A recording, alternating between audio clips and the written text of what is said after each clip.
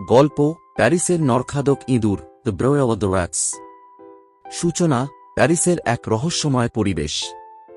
বন্ধুরা, আজকের প্যারিসকে আমরা আলোর শহর বলি, কিন্তু ১৯শ শতাব্দীর প্যারিসের বাইরের দিকে এমন এক জায়গা ছিল যেখানে সূর্যের আলো পৌঁছানোর আগেই দম হারিয়ে ফেলত। সেই জায়গাটি ছিল প্যারিসের বিশাল আবর্জনার স্তূপ, টাস্টিয়েটস, ময়লার উঁচু পাহাড়, যেখানে মানুষের চেয়ে জানোয়ারদের রাজত্ব বেশি চলত।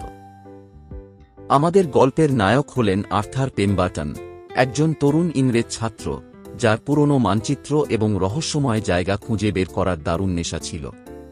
সে জানত না যে সে নিজের মৃত্যুর কতটা কাছাকাছি পৌঁছে যাচ্ছে। এক হাড় কাঁপানো শীতের সন্ধ্যায় আর্থার হাতে একটা মানচিত্র আর লাঠি নিয়ে সেই আবর্জনার পাহাড়ের মাঝে পৌঁছে গেল।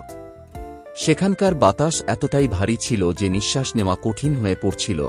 ধুলো আর পচা আবর্জনার এক অদ্ভুত গন্ধ চারিদিকে ছড়িয়েছিল। সূর্য ডোবার সাথে সাথে পুরো এলাকা এক গভীর অন্ধকারের চাদরে ঢাকা পড়ে গেল। আবর্জনার পাহাড়গুলো বড় বড় দৈত্যের মতো দেখাচ্ছিল। আর্থার হঠাৎ অনুভব করল যে সে পথ হারিয়ে ফেলেছে। হঠাৎ আর্থারের কানে একটা শব্দ এলো, খড়খড়, চরচর। তার মনে হল বোধহয় কোনো কুকুর বা বিড়াল হবে। কিন্তু তখনই সে দেখল যে সেই আবর্জনা স্তূপের ফাটল থেকে হাজার হাজার কালো চকচকে চোখ তাকে তাকিয়ে দেখছে। সেগুলো সাধারণ ইঁদুর ছিল না, সেগুলো কোনো নরখাদক শিকারীর মতো দল বেঁধে চলছিল।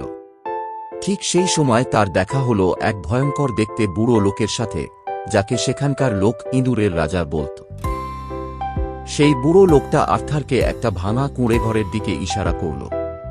আর্থারের কাছে অন্য কোনো উপায় ছিল না। সে ভাবল বোধহয় সেখানে রাতটা কাটিয়ে দেওয়া যাবে। কুঁড়েঘরের ভেতরে যাওয়া মাত্রই আর্থার অনুভব করল যে সে খুব বড় ভুল করে ফেলেছে। ঘরের মেঝেতে মানুষের হাড় ছড়িয়ে ছিটিয়ে পড়েছিল। যেমনই সেই বুড়ো লোকটা একটা তীক্ষ্ণ শীষ বাজাল, অমনি ঘরের ছাদ আর দেওয়াল থেকে ইঁদুরের এক কালো বৃষ্টি হতে লাগল। হাজার হাজার বড় আর ভয়ঙ্কর ইঁদুর। আর্থার নিজের প্রাণ বাঁচাতে বাইরের দিকে দৌড় দিল। সে আবর্জনার পাহাড়ের ওপর চড়ছিল, পিছলে যাচ্ছিল আর বারবার পড়ে যাচ্ছিল। ইঁদুরগুলো তার পেছনে এক সমুদ্রের ঢেউয়ের মতো ধেয়ে আসছিল। তারা তার জুতো কামড়াচ্ছিল আর কোটের ওপর চড়ে যাচ্ছিল।